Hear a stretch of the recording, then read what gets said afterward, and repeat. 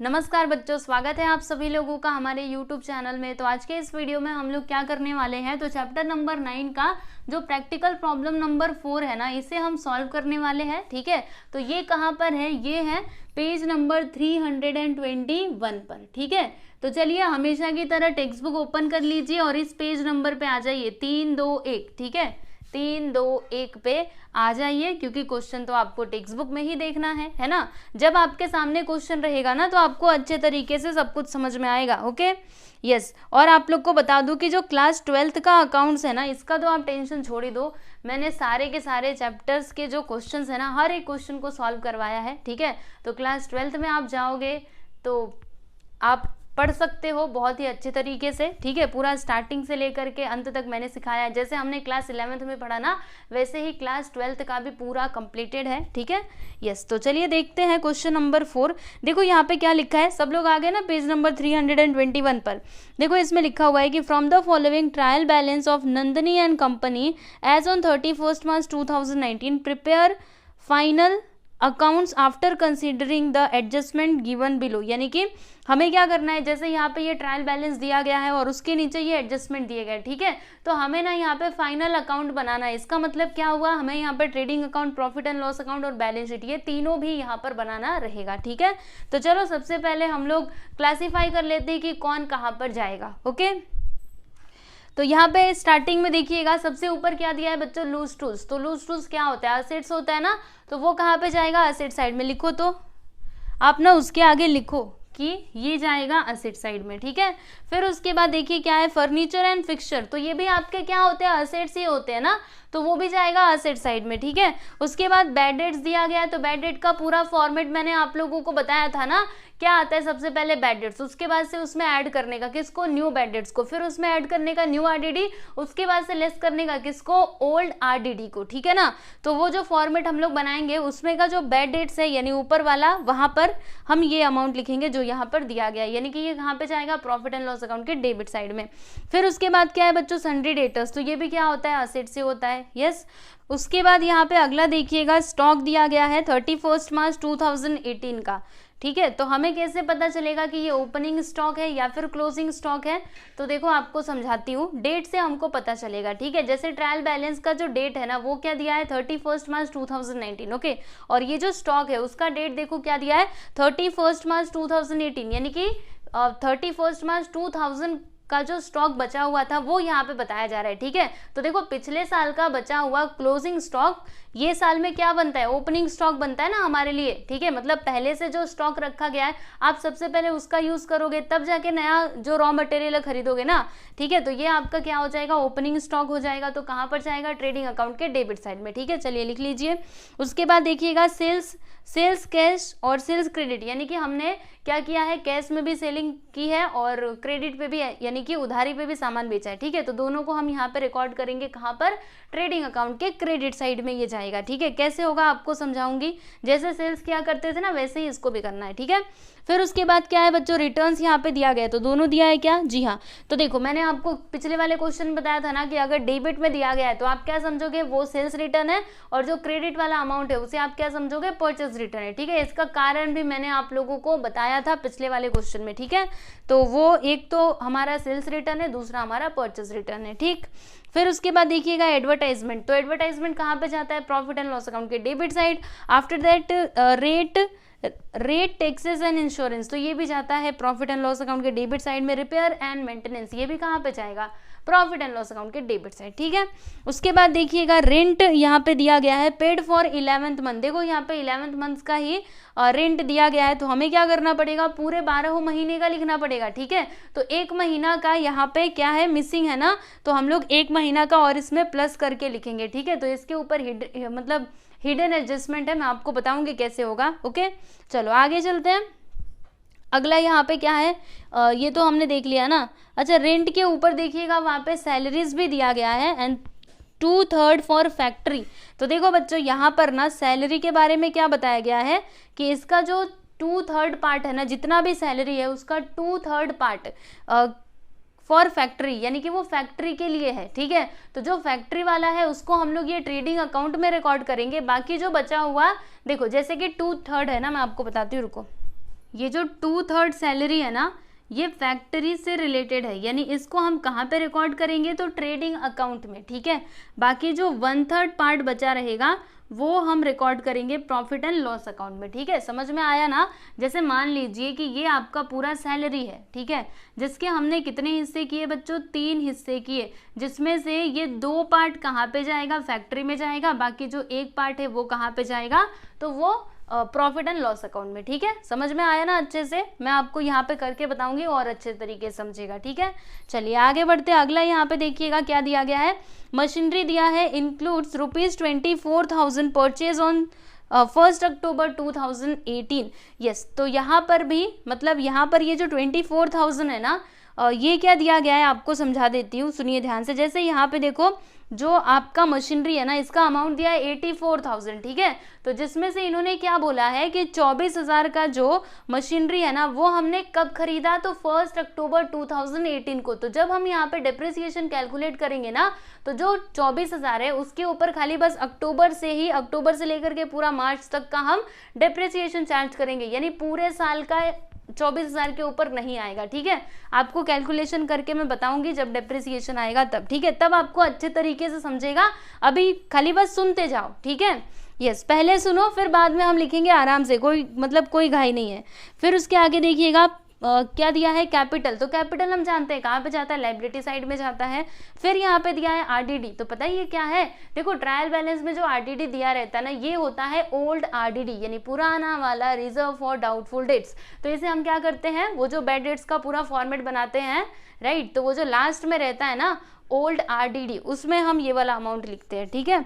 फिर उसके बाद सन्ड्री क्रेडिटर्स, ये कहाँ पे जाएगा, लायबिलिटी में। ड्राइंग को हम क्या करते हैं, माइनस करते हैं ना, कहाँ से माइनस करते हैं, तो कैपिटल में से माइनस कर देते हैं। फिर उसके बाद देखिएगा इंटरेस्ट दिया गया है।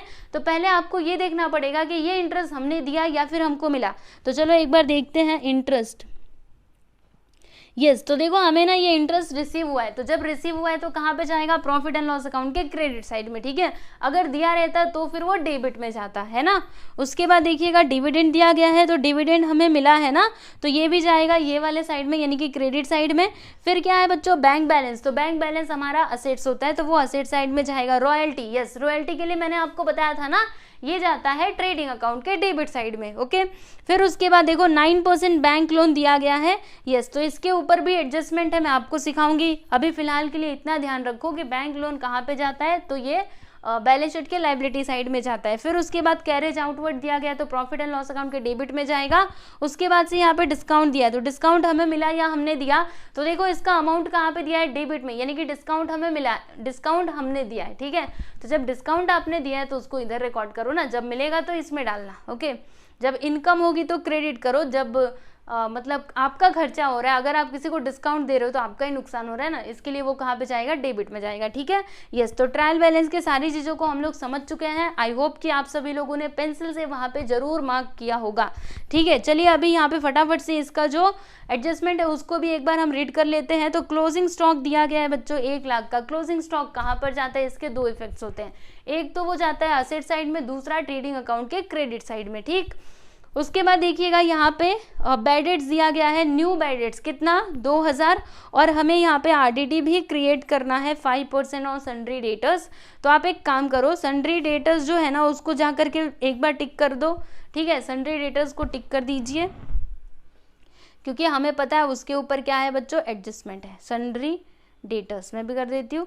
फिर उसके बाद देखिएगा depreciate machinery and loose tools, yes, तो यहाँ पे ना किसके किसके ऊपर एडजस्टमेंट है, मशीनरी के ऊपर। तो जाइए ऊपर जाइए और जहाँ पर भी मशीनरी लिखा है ना बच्चों उसको आप टिक करो। चलो मशीनरी और लूज टूल्स को, लूज टूल्स, उसके बाद हाँ कर दिया ना। फिर यहाँ पे नेक्स्ट वन क्या है, चार्ज इंटरेस्ट ऑन कैपिटल, यानी कैपिटल के ऊपर इंटरेस्ट, तो हम जानते हैं उसका क्या होगा, हम क्या करते हैं कैपिटल में उसको प्लस कर देते हैं, ठीक है। तो ये आपका पूरा क्वेश्चन है और बहुत ही सिंपल है। देखो पढ़ने से हमको बहुत सारी चीजें समझ में आ गई। अभी मैं आपको जब यहाँ पे सॉल्व करवाऊंगी और अच्छे तरीके से सब कुछ क्लियर हो जाएगा एकदम अच्छे से, ठीक है ना। तो चलिए शुरू करते हैं। सब लोग अपनी पेन कॉपी उठा लीजिएगा, अच्छे से जैसे मैंने ये फॉर्मेट बनाया है वैसे बना लो, और मेरे साथ साथ करोगे ना तो अच्छा ही रहेगा, ठीक है। जब आप लिखोगे फिर देखोगे सुनोगे तो और अच्छे तरीके से समझ में आएगा, ओके। तो चलो देखते हैं। यहाँ पे सबसे पहले हाँ फॉर्मेट देखो मैंने कैसे बनाया है आपको एक बार बता देती हूँ। देखिएगा यहाँ पे आप क्या लिखोगे, in the books of Nandini and company, ठीक है। फिर ट्रेडिंग अकाउंट बनेगा, पहले trading account for the year ended 31 March 2019 और पर्टिकुलर्स अमाउंट ये सब आप जानते ही हैं। उसी तरीके से profit and loss account for the year ended 31 March 2019। फिर यहाँ पे बैलेंस शीट बनाए, balance sheet as on 31 March 2019। Yes, चलिए शुरू करते हैं। यहाँ पे देखिएगा सबसे पहले लूज टूल्स है ना, तो लूज टूल्स क्या होता है बच्चों, असेट्स होता है, इसके लिए हम इसको असेट साइड में लिखेंगे। और इसके ऊपर क्या है, एडजस्टमेंट है ना, आप लोगों को बताया था अभी अभी, राइट। तो हमें इसका अमाउंट कहाँ पे लिखना होगा, तो अंदर लिखना होगा, यानी कि इनर कॉलम में। कितना, 1,10,000, ठीक है। तो यहाँ पे हम लिखेंगे बच्चों 1,10,000 ठीक है। फिर उसके आगे देखिएगा क्या दिया है, फर्नीचर एंड फिक्सचर। इसके ऊपर एडजस्टमेंट है क्या, इसके ऊपर एडजस्टमेंट नहीं है, तो इसका बस अमाउंट हम लिख देते 81,000, फर्नीचर एंड फिक्सचर।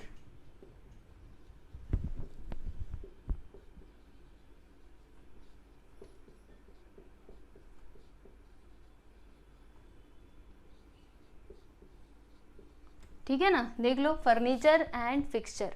उसके बाद यहाँ पे अगला देखिएगा बैडेट्स दिया गया है, तो चलिए बैडेट्स का पूरा फॉर्मेट ही हम यहाँ पे बना लेते हैं, स्टार्टिंग में ही अभी बना लेते हैं। क्या लिखेंगे, देखिए 2 बैडेट्स, फिर क्या आता है प्लस न्यू बैडेट्स, फिर इसमें हम प्लस करते हैं न्यू आरडीडी, फिर हम एक लाइन छोड़ करके माइनस करते हैं ओल्ड आरडीडी को, ठीक है। तो वहां पर जो ये बैडेट्स दिया गया है ना स्टूडेंट्स, इसका अमाउंट देखो कितना है 1,400, तो यहाँ पर हम ये बैडेट्स के सामने लिख देंगे 1,400, ठीक है। क्लियर हुआ आप लोगों को।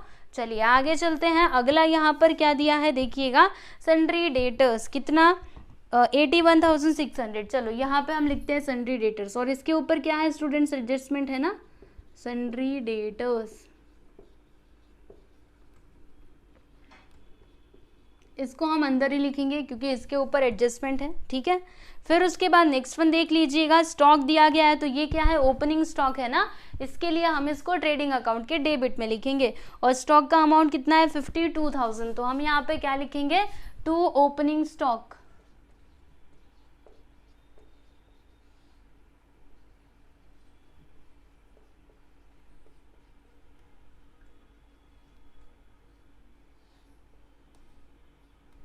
ठीक, उसके बाद नेक्स्ट वन देख लीजिएगा। अगला यहाँ पर क्या दिया है, परचेज, तो परचेज कहाँ पे जाता है हम जानते ही हैं। और परचेज और सेल्स के ऊपर क्या है स्टूडेंट्स, एडजस्टमेंट है, रिटर्न दिया गया है ना, दोनों रिटर्न दिया है, इसके लिए हम एक लाइन छोड़ेंगे परचेज लिखने के बाद।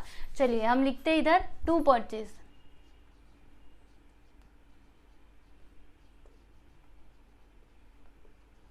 और इसका जो अमाउंट है ना वो हम देख लेते हैं कितना दिया है,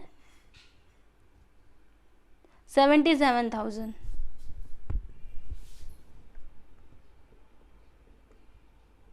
एक लाइन छोड़ देते हैं रिटर्न माइनस करने के लिए, ठीक है। उसके बाद यहाँ पे अगला देखिएगा, सेल्स कैश दिया है, सेल्स क्रेडिट दिया है, तो चलो इसको भी हम यहाँ पे रिकॉर्ड कर लेते हैं। कहाँ पे ये जाएगा, ट्रेडिंग अकाउंट के क्रेडिट साइड में, तो हम क्या लिखेंगे स्टूडेंट्स, बाय सेल्स। कौन कौन सा सेल्स है यहाँ पर, तो ये है आपका पहला तो कैश में, ठीक है, बाय सेल्स, पहला कैश है, दूसरा क्या है स्टूडेंट्स, क्रेडिट है। कैश का अमाउंट देख लेते हैं कितना दिया है, 21,000, और क्रेडिट है 81,000, तो 21,000 प्लस 81,000, ठीक है। चलो दोनों को जोड़ देते हैं तो कितना आएगा, 0 0 0 8 2 10, यानी कि 1,02,000, ठीक है, 1,02,000 बराबर। फिर इसमें से अभी हमें वो रिटर्न माइनस करना होगा ना, तो इसके लिए हम एक लाइन छोड़ देंगे फॉर एडजस्टमेंट। Okay, clear. चलो आगे बढ़ते हैं। अगला यहाँ पर क्या दिया है, रिटर्न दिया गया है दोनों का। तो देखिए जो डेबिट में अमाउंट है ना, वो क्या कहलाएगा, सेल्स रिटर्न, और जो क्रेडिट में है वो क्या कहलाएगा, परचेज रिटर्न। तो पहले हम सेल्स रिटर्न ही कर देते, यहाँ पे लेस करेंगे किसको, सेल्स रिटर्न को, इसको हम रिटर्न आउटवर्ड के नाम से भी जानते हैं, ठीक है, सेल्स रिटर्न, बराबर। इसका अमाउंट मैं लिख दूँ, पहले यहाँ पे लिख दूँ, और क्या लिखेंगे, परचेज रिटर्न।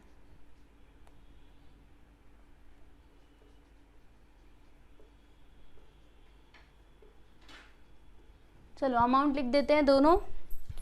तो सेल्स रिटर्न देखिएगा 400 दिया गया है और परचेज रिटर्न है 600। तो यहाँ पर हम लिख देंगे बच्चों 400 और यहाँ पे आ जाएगा 600।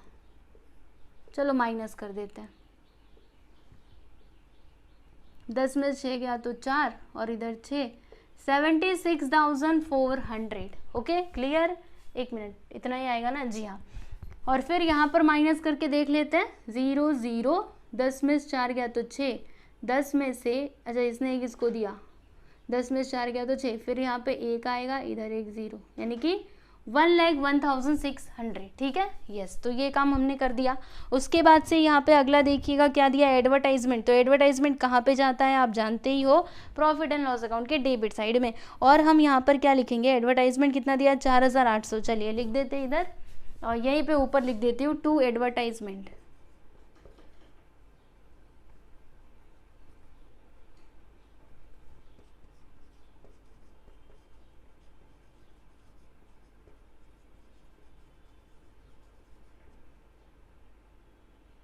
इसका अमाउंट कितना था,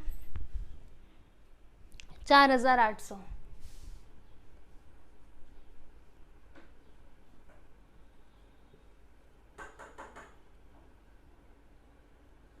ठीक, चलिए आगे बढ़ते हैं। अगला यहाँ पर 4,800, ये तो हो गया। उसके बाद देखिएगा क्या दिया है, रेट, टैक्सेस एंड इंश्योरेंस। तो ये कहाँ पे जाता है, ये भी प्रॉफिट एंड लॉस अकाउंट के डेबिट में ही जाएगा। तो चलो फिर लिख देते हैं, और इसका अमाउंट है 6,000। और रेट्स क्या है, रेट्स, टैक्सेस एंड इंश्योरेंस, ठीक है। चलो to rates, taxes and insurance.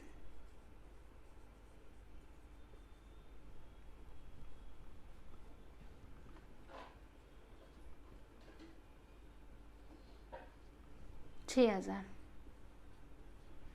समझ में आ रहा है ना, देखो rates, taxes and insurance, okay. फिर उसके बाद अगला यहाँ पर दिया गया है रिपेयर एंड मेंटेनेंस। तो ये भी कहाँ पे जाएगा, प्रॉफिट एंड लॉस अकाउंट के डेबिट में। और इसका जो अमाउंट है ना वो कितना है, 1,200, ठीक है। चलो लिखते हैं, टू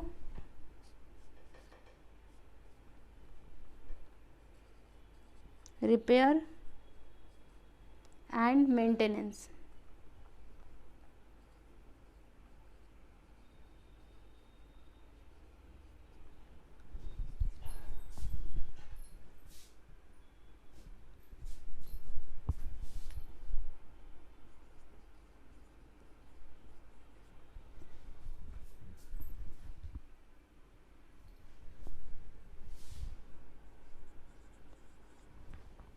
फिर उसके बाद देखिएगा बच्चों, अगला यहाँ पर क्या दिया है, सैलरीज दिया गया है। तो चलो सैलरी का अभी हमें वर्किंग नोट करके दिखाना पड़ेगा, ओके, अच्छे से समझ लेना।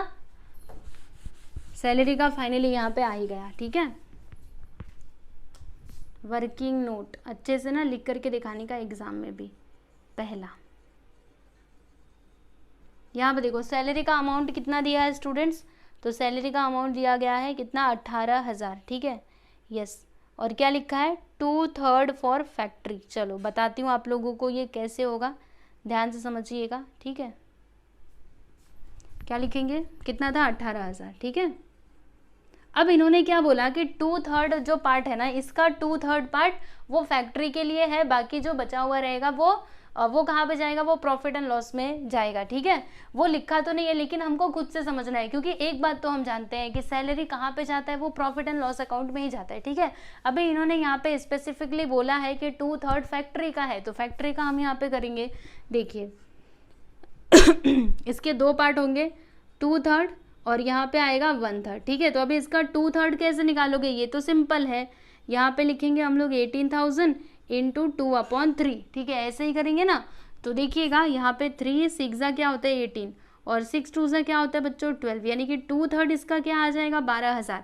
तो बाकी यहाँ पे बचेगा कितना 6,000 बचेगा। अगर आप इसका 1/3 निकालोगे ना तो 6,000 ही आएगा। तो ये जो 12,000 है ना स्टूडेंट्स, ये फैक्ट्री में मतलब फैक्ट्री से रिलेटेड है, यानी कि ये कहाँ पे जाएगा ट्रेडिंग वाले अकाउंट में जाएगा। और ये जो बाकी का बचा हुआ है ये कहाँ पे जाएगा, तो ये जाएगा आपका यहाँ पे सैलरी था ना, 1 मिनट रुको, सेल्स रिटर्न हो गया, हाँ सैलरीज। ओके, बाकी का जो बचा हुआ है ये प्रॉफिट एंड लॉस अकाउंट के डेबिट साइड में जाएगा। ठीक है, चलिए फिर लिखते हैं हम इधर क्या लिखेंगे, देखिएगा टू सैलरीज,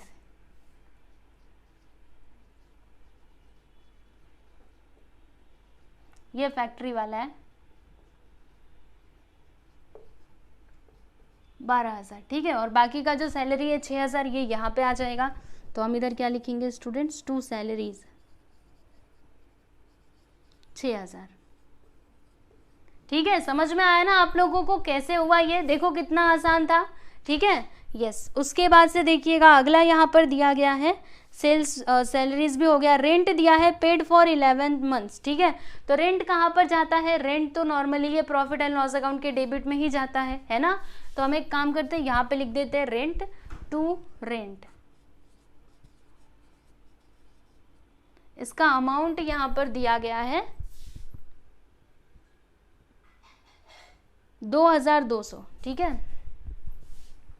इसे यहाँ पर लिखेंगे। अब इसका क्या करना है, ध्यान से सुनो, ये है आपका वर्किंग नोट नंबर 2। देखो यहाँ पर ये जो 2,200 रेंट है ना बच्चों, ये किसका है, ये तो 11 महीने का ही है, क्योंकि वहां पे साफ साफ उन्होंने ब्रैकेट में लिखा है कि फॉर 11 मंथ्स। ठीक है, मतलब ये जो दिया गया है वो बस 11 महीने का ही है। तो हमें 1 महीने का और इसमें जोड़ना पड़ेगा ना, क्योंकि देखो जो हमारा फाइनेंशियल ईयर है उसमें तो 12 महीने होते हैं, यहाँ पे तो 11 महीने ही दिया गया है, यानी कि 1 महीने का रेंट और हमको यहाँ पे प्लस करना पड़ेगा। ठीक है, तो देखो अगर 11 महीने का इतना है तो 1 महीने का कितना होगा, ये आप कैसे निकालोगे, तो ये सिंपल है। देखो पता है क्या करेंगे हम लोग, ये जो 2,200 है ना इसको हम लोग डिवाइड कर देंगे। किससे डिवाइड करेंगे, तो देखो ये कितने महीनों का दिया गया है, 11 महीनों का, तो यहाँ पे हम इसको 11 से डिवाइड कर देंगे। चलो करते 11 2 जा 22, यानी कि 200 आया बच्चों 1 महीने का। ठीक है, तो अब हम क्या करेंगे, 1 महीने का वो जो रेंट है ये क्या है, आउटस्टैंडिंग है, मतलब इतना तो हमने पे कर दिया, लेकिन ये क्या है बच्चों अभी आउटस्टैंडिंग है। तो देखो पे किया चाहे नहीं किया, लेकिन अगर वो ये साल का खर्चा है तो उसे आपको यहाँ पे रिकॉर्ड करना ही पड़ेगा। ओके, चलो फिर देखते हैं यहाँ पर हम क्या लिखेंगे, वो जो आउटस्टैंडिंग है ना, आउटस्टैंडिंग मतलब क्या होता है, अनपेड, अभी तक हमने पे नहीं किया, उसे हमें इसमें प्लस करना पड़ेगा। ठीक है, तो क्या लिखेंगे, आउटस्टैंडिंग रेंट, बाकी का रेंट कितना है 200 रुपया। ठीक है, तो यहाँ पे लिखा हमने 200, चलो जोड़ दो तो 2,400 टोटल रेंट यहाँ पे आ गया। ठीक है, अब सुनिएगा ध्यान से, ये जो आउटस्टैंडिंग रेंट है ना इसे हम किधर रिकॉर्ड करेंगे, और ये हिडन एडजस्टमेंट था, यानी क्वेश्चन में ही ट्रायल बैलेंस में ही देखो एडजस्टमेंट दिया गया था। ठीक है, तो ये जो आउटस्टैंडिंग रेंट है ना ये हमारे लिए क्या हो जाएगा, लाइबिलिटी हो जाएगा ना, क्योंकि हमें क्या करना पड़ेगा, बाद में इसका पेमेंट करना है, यानी कि हमारे पास से पैसा जाने वाला है, पैसा जाने वाला मतलब लाइबिलिटी। ठीक है, तो यहाँ पे हम क्या लिखेंगे, आउटस्टैंडिंग रेंट,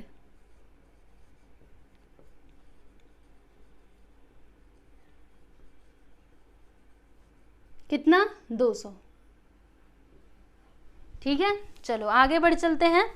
अगला यहाँ पर देखिएगा बच्चों क्या है, रेंट हो गया ना, यस। मशीनरी का हम चलिए मशीनरी, अरे रुकिए 1 मिनट, मशीनरी का कैलकुलेशन अभी तक हमने, अच्छा वो बाद में करेंगे जब वो एडजस्टमेंट आएगा तब। ठीक है, अभी के लिए बस इसका अमाउंट हम लिख देते हैं, डेटर्स के लिए इतना जगह छोड़ देते हैं और यहाँ पे मशीनरी का लिखते हैं।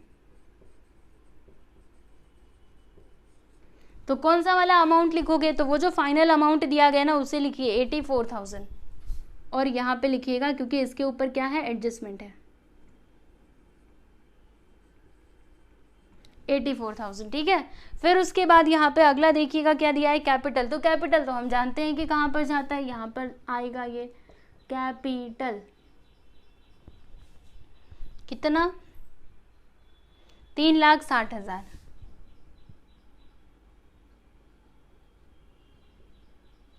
ठीक, उसके बाद देखिएगा क्या है आरडीडी, तो ये क्या है बच्चों ओल्ड आरडीडी है ना, तो ये हम यहाँ पर लिखेंगे यहाँ पे ओल्ड आरडीडी में, ठीक है। याद रखना ये जो ट्रायल बैलेंस के अंदर जो आरडीडी दिया रहता है वो होता है ओल्ड आरडीडी, ठीक है, और जो हम लोग एडजस्टमेंट में से आरडीडी निकालते हैं वो होता है न्यू आरडीडी, ठीक है, याद रहेगा ना। तो चलो ओल्ड आरडीडी देख लो कितना दिया है, 8000 दिया गया है, तो यहाँ पर हम क्या लिखेंगे ओल्ड आरडीडी में इधर 8000 क्या करने वाले हैं, इसको माइनस करने वाले हैं, ठीक है।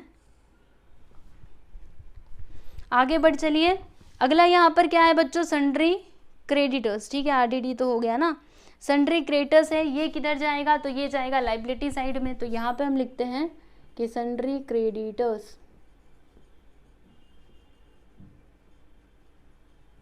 कितना था 70,000, रुको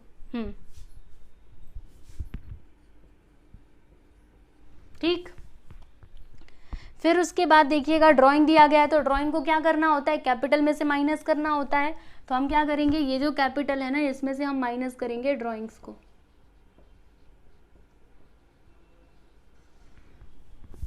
ड्राइंग्स का अमाउंट देखो कितना दिया है 14,000, तो यहाँ पे हम लिख देंगे 14,000। ड्राइंग क्यों माइनस करना है बताया था ना आप लोगों को, मतलब बिजनेस के ऊपर इतनी लायबिलिटी है प्रोप्रिएटर की, यानी प्रोप्रिएटर को इतना पैसा देना है, ठीक है, तो प्रोप्रिएटर ने क्या किया मतलब बिजनेस में से इतना पैसा निकाल लिया, ठीक है, तो उतना वहां से माइनस हो जाएगा ना, जितना भी देना था उतना अभी हम माइनस कर देंगे, सिंपल, ठीक है। चलो माइनस करते हैं, 3,60,000 में से 14,000 को माइनस कर दो तो कितना आएगा 0 0 0, 10 में से 6 गया तो 4 और 5 में से 1 गया तो 4, 3,44,000 इतना ही आएगा। हाँ नहीं रुको, 10 में से 4 गया तो 6, 3,46,000, ओके।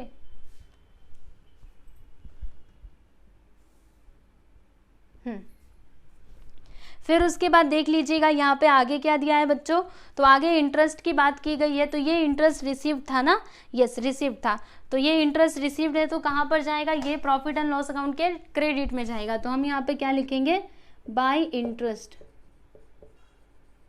और उसके आगे देखो डिविडेंड भी है, तो डिविडेंड ये भी हमको रिसीव्ड हुआ था, तो यहाँ पे क्या लिखेंगे बच्चों बाय डिविडेंड। चलो दोनों का अमाउंट लिख लेते हैं साथ में,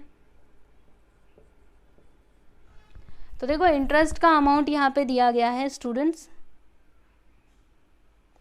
1,200 और डिविडेंड का दिया गया है 2,800। अच्छा मुझे कैसे पता चला कि ये हम लोगों को रिसीव हुआ है, मतलब ऐसा भी तो हो सकता है कि हमने दिया है, तो देखो मैंने आप लोगों को एक बात बताई थी कि अगर इसका अमाउंट डेबिट में दिया रहे तो फिर आप समझिएगा कि हमने वो दिया है, लेकिन इसका जो अमाउंट है वो कहाँ पर दिया है, वो क्रेडिट में है ना, यानी कि वो हमको मिला है, ठीक है, हमको मिला यानी कि इनकम, इनकम मतलब क्रेडिट, ठीक है, यस। तो 1,200 और 2,800।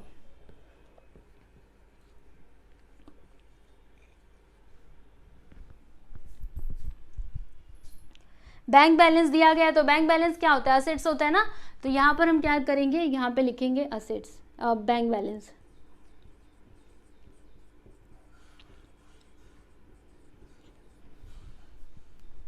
इसका अमाउंट है 40,000।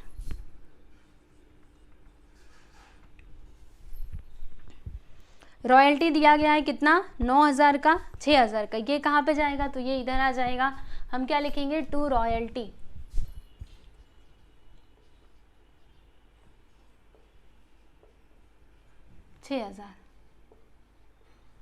ठीक है। उसके बाद देखिएगा 9% बैंक लोन दिया गया है, बैंक लोन कहाँ पे आएगा यहाँ पर आएगा, आप ध्यान से देखो यहाँ पे हम लिखते हैं 9% का बैंक लोन, और जो इसका अमाउंट है ना वो दिया गया है 40,000, ठीक है, यहाँ पे हम लिख देंगे बच्चों 40,000, ठीक है। अब ध्यान से सुनो, इसके ऊपर एडजस्टमेंट है, मैं आपको बताती हूँ। 9% का बैंक लोन, ठीक है, तो अभी हमें क्या करना पड़ेगा, ये बैंक लोन जो भी है ना इसके ऊपर 9% कैलकुलेट करना पड़ेगा। 9% बैंक लोन का मतलब आप समझ रहे हो क्या होगा, ये इंटरेस्ट है, यानी कि देखो अगर हम बैंक से लोन ले रहे हैं तो हमको इंटरेस्ट भी तो देना पड़ेगा ना, मतलब बैंक आपको पैसा क्यों देगी, ऐसे ही फ्री में, फ्री सेवा करने के लिए बैठे हैं क्या, नहीं, अगर वो आपको पैसा दे रहे हैं यानी वो आपसे इंटरेस्ट भी चार्ज करेंगे, ठीक है। तो वो जो इंटरेस्ट है वो भी तो हमारे ऊपर लाइबिलिटी ही होगा, तो हम यहाँ पे इंटरेस्ट कैलकुलेट करेंगे 9% के हिसाब से, फिर जो भी इंटरेस्ट आएगा उसे हम इसमें जोड़ देंगे, यानी कि प्लस करके लिखेंगे। ठीक है, समझ पाएगी नहीं? तो चलो अभी फटाक से इसको कर लेते हैं आगे का भी। ठीक है, क्या करेंगे यहाँ पर, working note number 3, bank loan कितना दिया है, 40,000।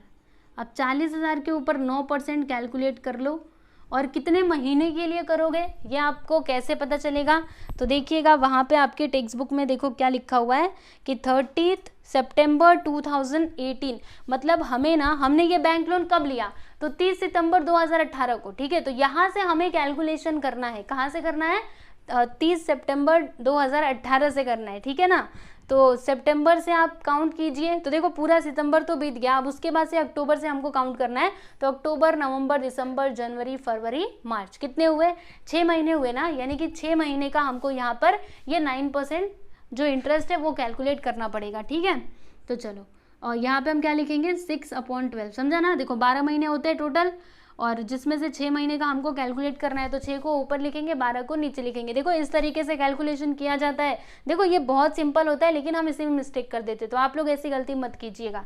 चलिए, और ये 9/100 क्यों आया, तो वो 9% को हमने 9/100 करके लिखा है। ठीक, चलो करते हैं, तो 00 से 00 को यहाँ पे कैंसिल कर दो, फिर ये काम करो, 6 1 सा 6, 6 2 सा 12, यहाँ पे 2 आ गया। चलो यहाँ पे 400 है ना, तो इसको इससे कैंसिल करते, 2 2 सा 4, यानी कि यहाँ पे आ गया 200, और ये क्या है 9, चलो मल्टीप्लाई करो, 2 9 सा 18, यानी कितना आएगा बच्चों, 18,000 आएगा, या फिर 1800 आएगा, 1800, यानी कि 1800 क्या आ गया, हमारा इंटरेस्ट आ गया। ठीक है, यस, तो हम इधर क्या लिखेंगे, देखिएगा इसमें प्लस करेंगे, और क्या लिखेंगे, आउटस्टैंडिंग इंटरेस्ट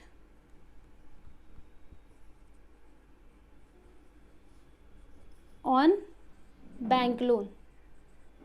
बैंक लोन के ऊपर ये जो आउटस्टैंडिंग इंटरेस्ट है कितना है, 1,800।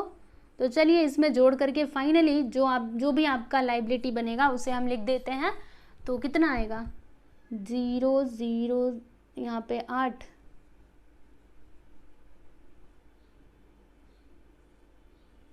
ठीक, 41,800। ठीक, यस, तो यहाँ पर हमने ये भी कर लिया है, आप लोग देख सकते हैं 41,800। अच्छा, इसका मतलब ये क्या था, हिडन एडजस्टमेंट था ना, तो इसका दूसरा इफेक्ट क्या होगा, तो देखो अगर आप बैंक का जो इंटरेस्ट है वो पे कर रहे हो, ओके, मतलब वो आपका एक तरीके से खर्चा ही तो है, इसीलिए वो कहाँ पे जाएगा, प्रॉफिट एंड लॉस अकाउंट में जाएगा। ठीक है, तो यहाँ पर हम क्या लिखेंगे, outstanding bank loan to outstanding bank loan, outstanding interest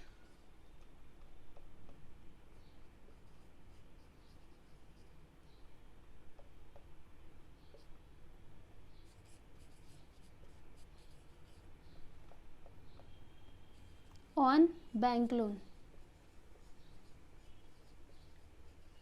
कितना दिया गया आउटस्टैंडिंग इंटरेस्ट, 1,800, तो यहाँ पर हम लिख देंगे बच्चों 1,800। ठीक है, चलिए आगे बढ़ते हैं, ये भी हमने कर लिया है, आप लोग देख सकते हैं।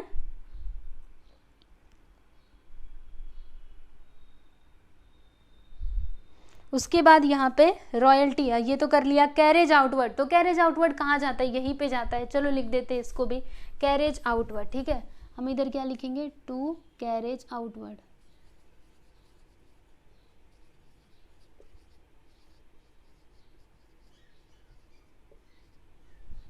और इसका अमाउंट यहाँ पे दिया गया है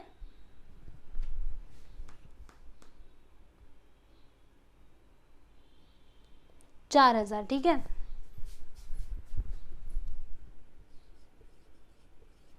फिर यहाँ पे लास्ट में देख लीजिएगा, ये डिस्काउंट दिया है, तो ये डिस्काउंट हमने दिया है या फिर हमको मिला है, तो देखो डिस्काउंट का अमाउंट कहाँ पे लिखा है, तो वो लिखा है डेबिट में, यानी इसका मतलब आप समझ रहे हो, हमने डिस्काउंट दिया है मतलब वो कहाँ पे जाएगा, वो जाएगा प्रॉफिट एंड लॉस अकाउंट के डेबिट साइड में। ठीक है, क्योंकि वो भी तो खर्चा है ना, और कितना है, 1,000। यस, तो चलो फिर यहाँ पे इसका अमाउंट और वो हम लिख देते हैं, क्या लिखेंगे, टू डिस्काउंट।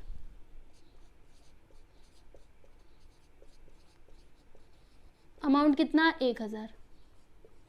यस, तो हमने यहाँ पे ट्रायल बैलेंस में जो भी चीज़ें दी गई थी सबकी पोस्टिंग कर ली है, आप देख सकते हैं। अब बारी है बच्चों एडजस्टमेंट की, ठीक है। तो सबसे पहले क्या दिया गया है, क्लोजिंग स्टॉक दिया है। कितना दिया है, 1,00,000 रुपए। तो क्लोजिंग स्टॉक कहाँ पर जाता है, इसके तो दो ही जगह है। पहला तो यहाँ पे आएगा बाय क्लोजिंग स्टॉक, दूसरा इफेक्ट, आओ इधर लिखो, चलो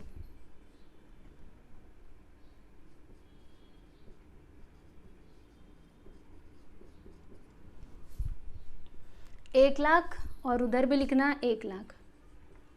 मेरे साथ साथ आप लोग कर रहे हो कि नहीं, जो भी बच्चे कर रहे हैं ना कमेंट करके जरूर बताना कि हाँ हम कर रहे हैं। देखो आप ना खुद ये प्रैक्टिकल करके देख लेना, आप मेरे साथ लिखो अपनी नोटबुक में और बस वीडियो देखो, देखना दोनों में अंतर आपको जरूर दिखाई देगा। लिखोगे तो अच्छे से समझेगा, बाकी वीडियो देखोगे बस ऐसे देखते रहोगे, कुछ करोगे नहीं तो आपको भी नींद आ जाएगी, ठीक है। तो ऐसे मत करो, लिखते रहो।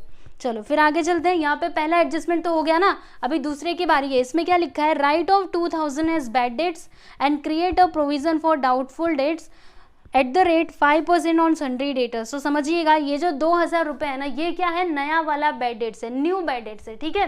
तो इसे हम क्या करेंगे, सन्ड्री डेटर्स में से पहले इसको माइनस कर देंगे, ठीक है। देखो इतना पैसा हमको मिलने वाला था, लेकिन बाद में पता चला कि अभी जो 2,000 रुपये ना इसमें से हमको नहीं मिलेंगे, वो बैड डेट्स बन चुका है, ठीक है। तो हम इधर क्या लिखेंगे, देखो माइनस कर रहे हैं न्यू बैड डेट्स को,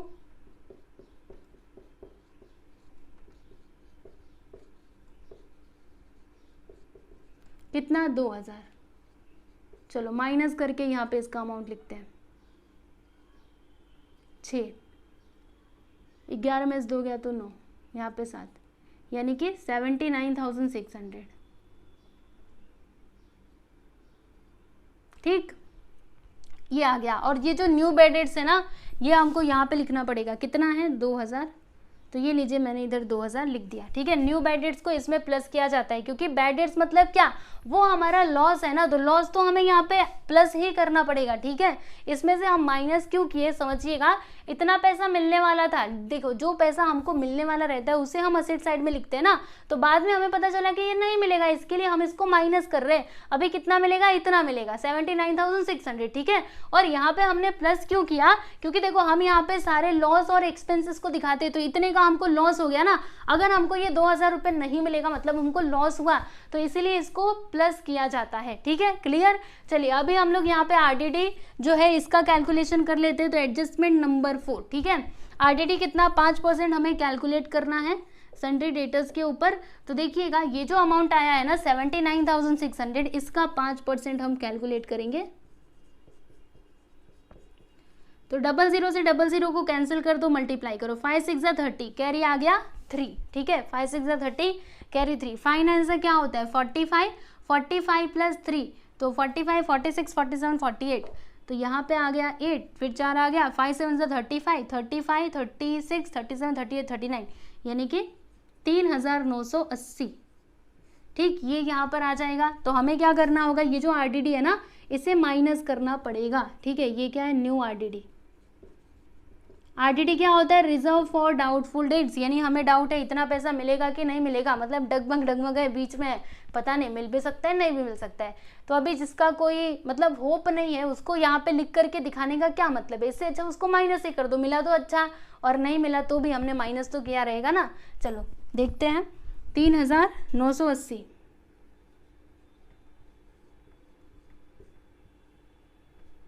जीरो, 10 में से 8 गया तो 2, 10 में से 8 गया तो 2, फिर यहाँ पे 5 है, 15 में से 9 गया तो 6, ठीक है। फिर उसके बाद 8 में से 3 गया तो 5 और यहाँ पे 7, कितना आएगा, 75,620, ठीक। 1 मिनट रुकिए, मैंने गड़बड़ की है। अच्छा ये गया, 10 में से 8 जाएगा तो 2, फिर इधर बचा 5, इसने एक इसको दिया, 15 में से 9 गया तो 6, 8 में से 3 गया तो 5 और ये 7, सही है। फिर ये जो न्यू आरडीडी है वो हमें यहाँ पे दिखाना पड़ेगा, इसमें 3,980,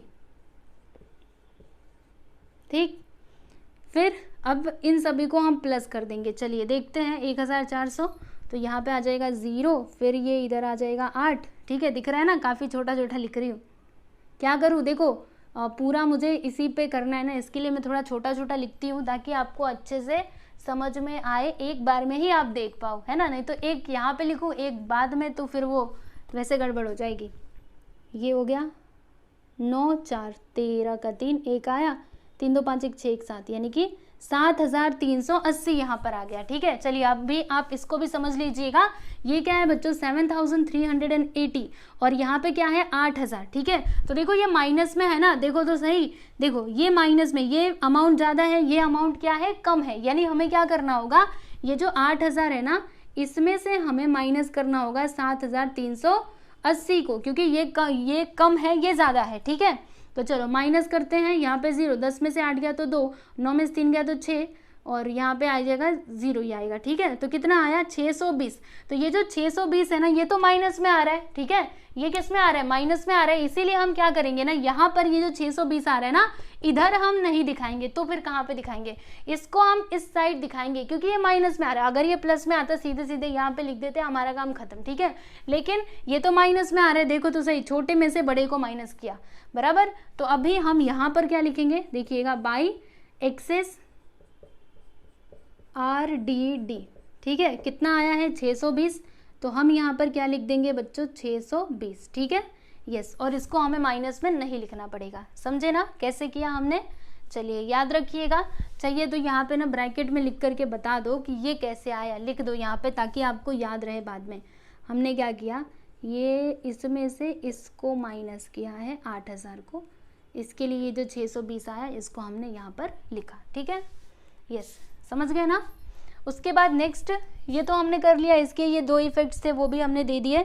फिर उसके बाद अगला एडजस्टमेंट नंबर 3 देखिएगा, डेप्रिसिएशन हमें यहाँ पे कैलकुलेट करना है। मशीनरी के ऊपर 10% का, लूज टूल्स के ऊपर कितना दिया है, लूज टूल्स का वैल्यू हो गया है 1 लाख। ठीक है, तो चलो पहले हम एक काम करेंगे, मशीनरी का कैलकुलेशन करेंगे। तो अभी मैं एक काम करती हूँ, देखो अगर आप सभी लोगों ने इसको नहीं लिखा है, लिख सकते हो, मैं इसको मिटाऊंगी और फिर यहाँ पे मशीनरी का करेंगे। ओके, देखो कई बच्चों को लगता है कि मतलब पूछते हैं मुझसे कि ये वर्किंग नोट करना चाहिए या नहीं करना चाहिए। तो देखिए आप लोग जरूर कीजिएगा एग्जाम में भी। ठीक है, वर्किंग नोट तो आपको करना ही है, यहाँ पे नहीं करोगे कहीं ना कहीं तो आप पक्का करोगे, ऐसे दिमाग में कहाँ कहाँ कितना कैलकुलेशन करोगे। ठीक है, इसीलिए वर्किंग नोट अभी से करने की आदत डालिए, बस ऐसे ही करने का। ठीक है, ज़्यादा उसमें सजाना नहीं है, जो भी आप कैलकुलेशन करते हो वो लिख करके दिखा दो, बस काम खत्म।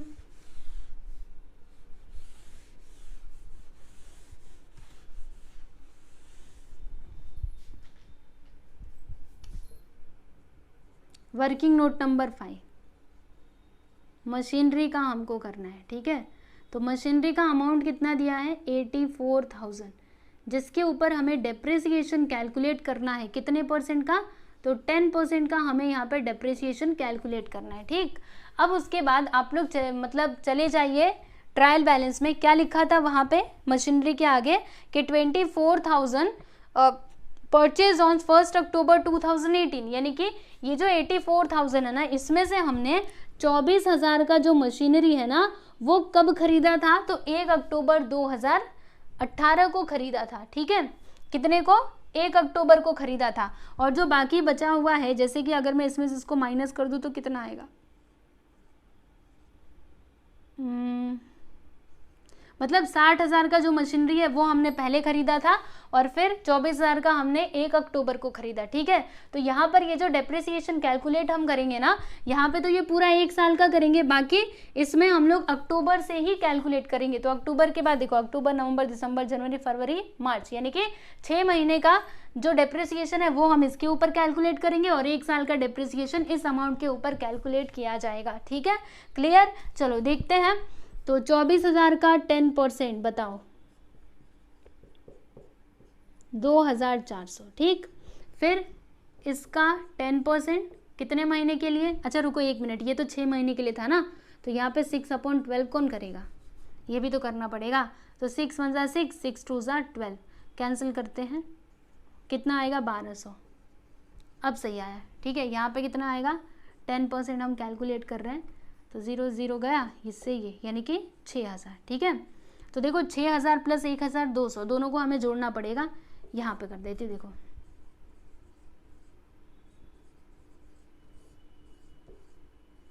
7,200, ठीक है। तो ये क्या आ गया बच्चों, डेप्रिसिएशन किसके ऊपर, मशीनरी के ऊपर। तो मशीनरी कहाँ पर है, यहाँ पर है। हम यहाँ क्या करेंगे, इधर करेंगे लेस, किसको करेंगे, डेप्रिसिएशन को हम लेस करेंगे। कितना परसेंट, 10% का, ठीक है।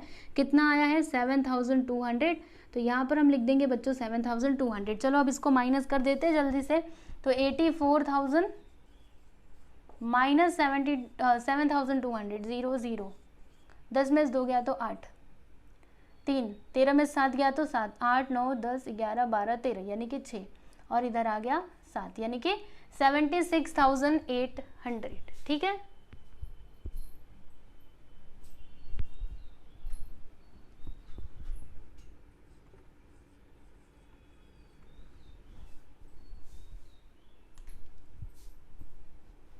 आठ 9 10 11 12 13 6 7, 76,800, ठीक है। उसके बाद से डेप्रिसिएशन देखिएगा, लूज टूल्स के ऊपर भी देखो, लूज टूल्स का जो वैल्यू है वो कितना बताया गया है, 1 लाख। यानी पहले लूज टूल्स का वैल्यू इतना था, लेकिन कुछ समय बाद इसका वैल्यू कितना हो गया है, 1 लाख हो गया है। तो ये जो वैल्यू इसका दिया गया ना, इसे हम यहाँ पर लिखेंगे, ठीक है। तो देखो पहले इसका वैल्यू इतना था, अब इतना हो गया, यानी कि कम हुआ ना। कम हुआ मतलब ये आपका डेप्रिशिएट हुआ है। कितना डेप्रिशिएट हुआ है, तो देख लो, अभी अपने हिसाब से पता लगेगा आपको। पहले इतना था, अब इतना हो गया, यानी कि 10,000 से इसका जो वैल्यू है वो डिप्रिशिएट हो रहा है।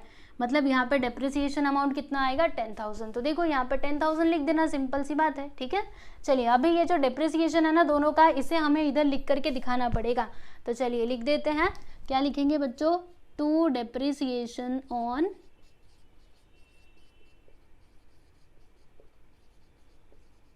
डिप्रिसिएशन किसके किसके ऊपर, तो एक तो लूज टूल्स के ऊपर, दूसरा मशीनरी के ऊपर, ठीक है। तो यहाँ पे हम लिखेंगे स्टूडेंट्स लूज टूल्स,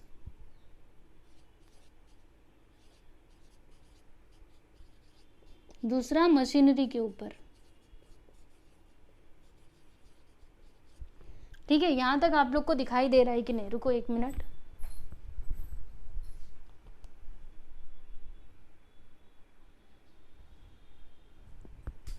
अब आप लोग को दिखाई दे रहा होगा, ठीक है, ठीक कर दिया मैंने। थोड़ा सा ब्लर आ रहा होगा पर आप मैनेज कर लेना, ठीक है। चलो लूज टूल्स कितना दिया है, 10,000, यहाँ पे हम लिख देंगे बच्चों 10,000। और ये जो है मशीनरी, ये कितना है, 7,200, दोनों को जोड़ देते हैं।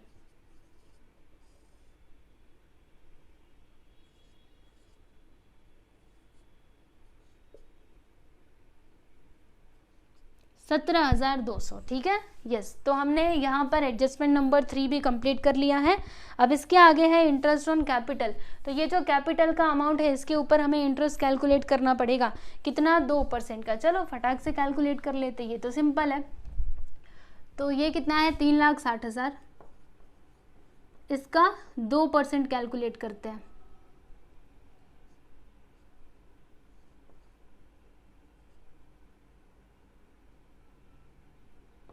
$7,200, ठीक है। ये क्या है बच्चों, तो ये आ गया इंटरेस्ट, है ना।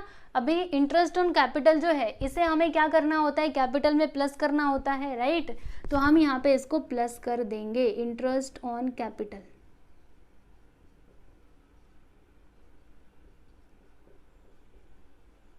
कितना, 7,200। चलो जोड़ देते हैं।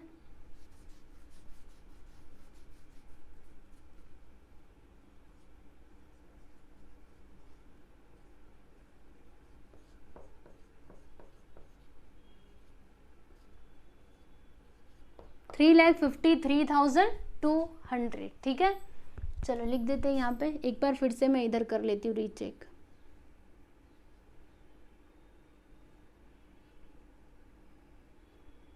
$3,53,200,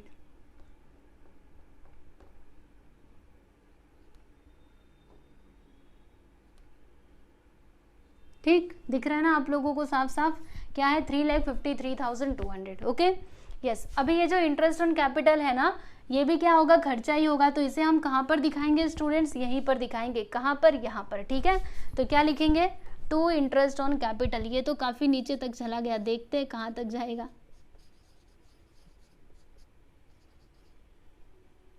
इसके आगे का मैं इसमें लिख दूं क्या, चलो देखते हैं।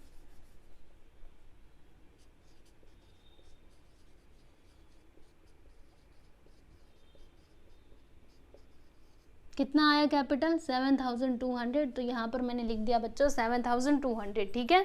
यस, ये इंटरेस्ट ऑन कैपिटल है। यस, तो यहाँ पर हमने सारे एडजस्टमेंट भी कर लिए, सब कुछ कर लिया है, आप देख सकते हो। अब बारी है टोटल करने की, ठीक है। चलिए फिर फटाफट से अभी टोटल कर लेते हैं, उसके बाद इस क्वेश्चन को हम लोग खत्म करेंगे। ओके, देखो एक क्वेश्चन कितना बड़ा है, हमको कितना टाइम लग रहा है, लेकिन अगर आपकी प्रैक्टिस हो जाएगी ना तो आप इससे भी जल्दी जल्दी कर पाओगे। तो यहाँ पर कौन सा वाला साइड ज़्यादा आएगा, 1 लाख, यहाँ पे 2 लाख, और ये वाला साइड ज़्यादा होगा, ठीक है, मुझे पता चल गया। चलो जोड़ती हूँ।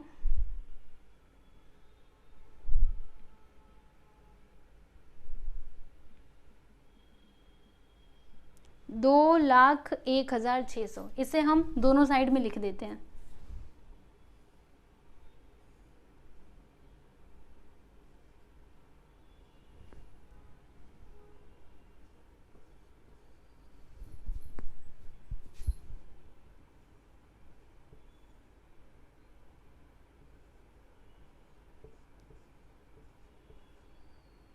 ठीक है, फिर उसके बाद अभी इसका टोटल करके देखते हैं कि कितना आता है। 52,000 प्लस 76,400 प्लस 12,000 प्लस 6,000, ठीक है। तो इसका टोटल आता है बच्चों 1,46,400, ठीक है। तो कौन सा वाला साइड ज़्यादा है, क्रेडिट वाला ज़्यादा है और डेबिट वाला कम है ना। यानी हमें क्या हुआ, यहाँ पर ग्रॉस प्रॉफिट हुआ। मैंने आप लोगों को क्या बताया था कि अगर क्रेडिट अमाउंट ज़्यादा रहेगा और जो डेबिट अमाउंट है वो कम रहेगा तो फिर हमें क्या होता है, प्रॉफिट होता है, ठीक है। तो जो ग्रॉस प्रॉफिट है वो हमको कितना होगा, अभी माइनस करने पे पता लगेगा। चलो माइनस करके देख लेते हैं। तो 201,600,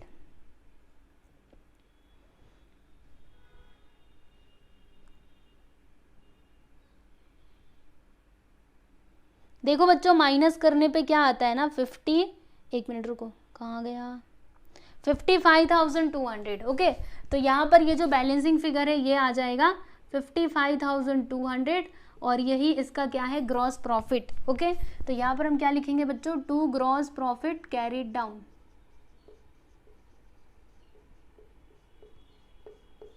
ठीक, अब ये जो ग्रॉस प्रॉफिट है इसे हम ट्रांसफर करेंगे प्रॉफिट एंड लॉस अकाउंट में, तो इधर क्या लिखेंगे, by gross profit brought down.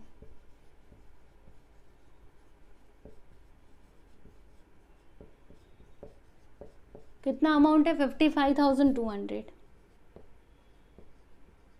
अब चलो इस साइड का भी टोटल कर लेते हैं, मतलब दोनों साइड का कौन सा वाला ज़्यादा आएगा। तो मेरे ख्याल से तो यही वाला मतलब ज़्यादा आना चाहिए, फिर भी देख लेते हैं एक बार इसका टोटल करके। 55,200 प्लस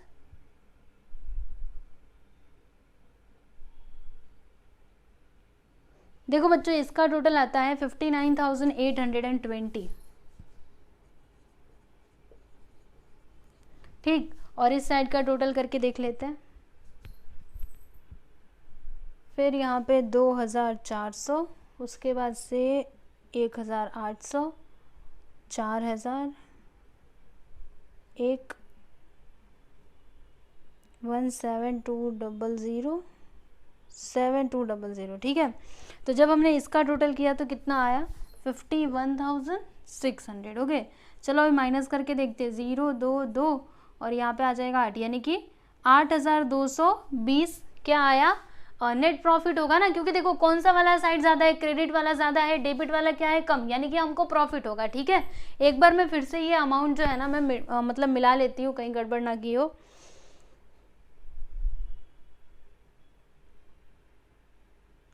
ठीक है, सही है।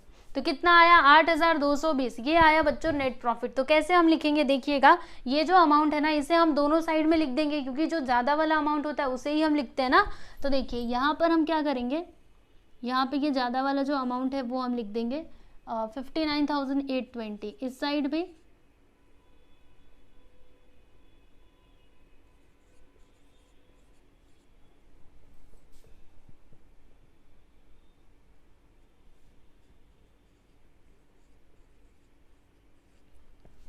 और इस साइड भी हम लिख देंगे, ठीक है। चलो मैं लिख देती हूँ।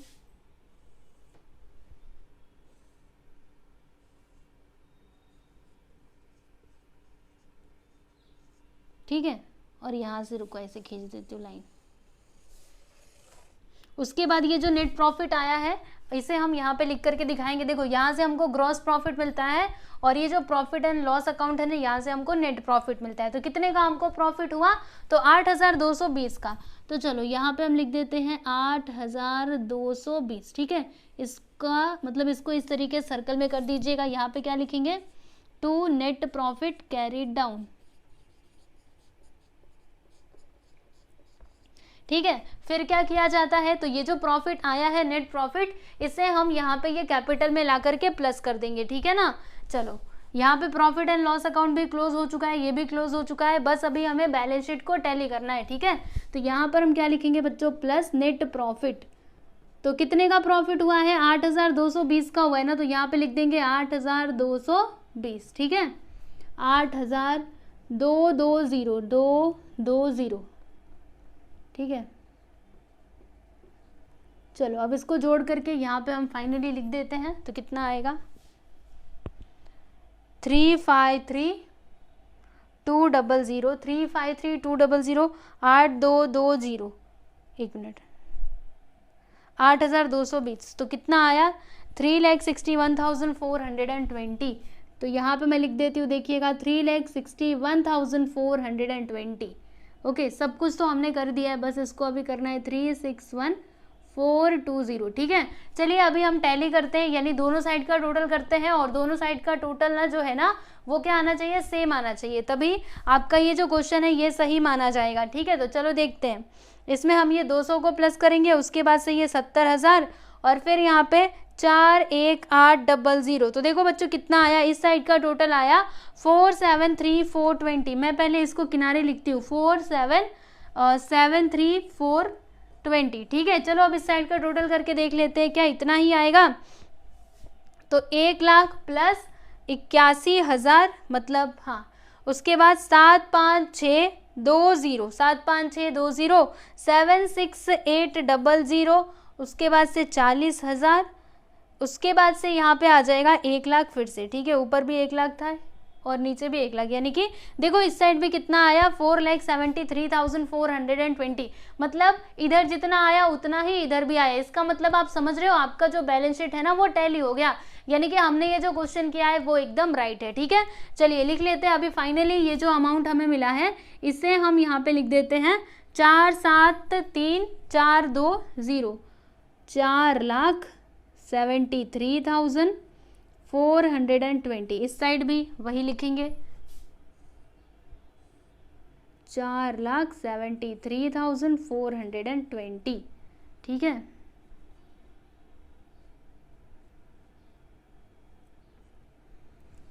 $4,73,420,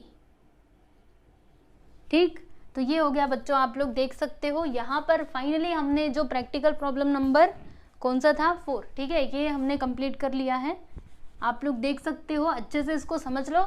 बाकी कुछ भी डाउट अगर आपको, वैसे तो आना नहीं चाहिए, अगर आपने स्टार्टिंग से लेकर के अभी तक के वीडियोस देखे हैं तो इसमें डाउट तो नहीं आना चाहिए, लेकिन फिर भी अगर कुछ भी डाउट रहे तो आप टेलीग्राम ग्रुप जो है वहाँ पे आप सभी लोग डिस्कस कर सकते हैं अपने दोस्तों के साथ, या फिर आप वहाँ पर मुझसे भी क्वेश्चन पूछ सकते हैं, ठीक है। मतलब कुछ भी डाउट रहे तो आप पूछ सकते हो कमेंट करके भी, ठीक है। और अभी अगला जो हमारा क्वेश्चन है, यानी कि क्वेश्चन नंबर 5, इसे हम लोग सॉल्व करेंगे अगले वीडियो में, ठीक है। तो चलिए आज के लिए बस इतना ही, अभी मिलेंगे हम लोग नेक्स्ट वीडियो में, ठीक है। चलो बाय एवरीवन।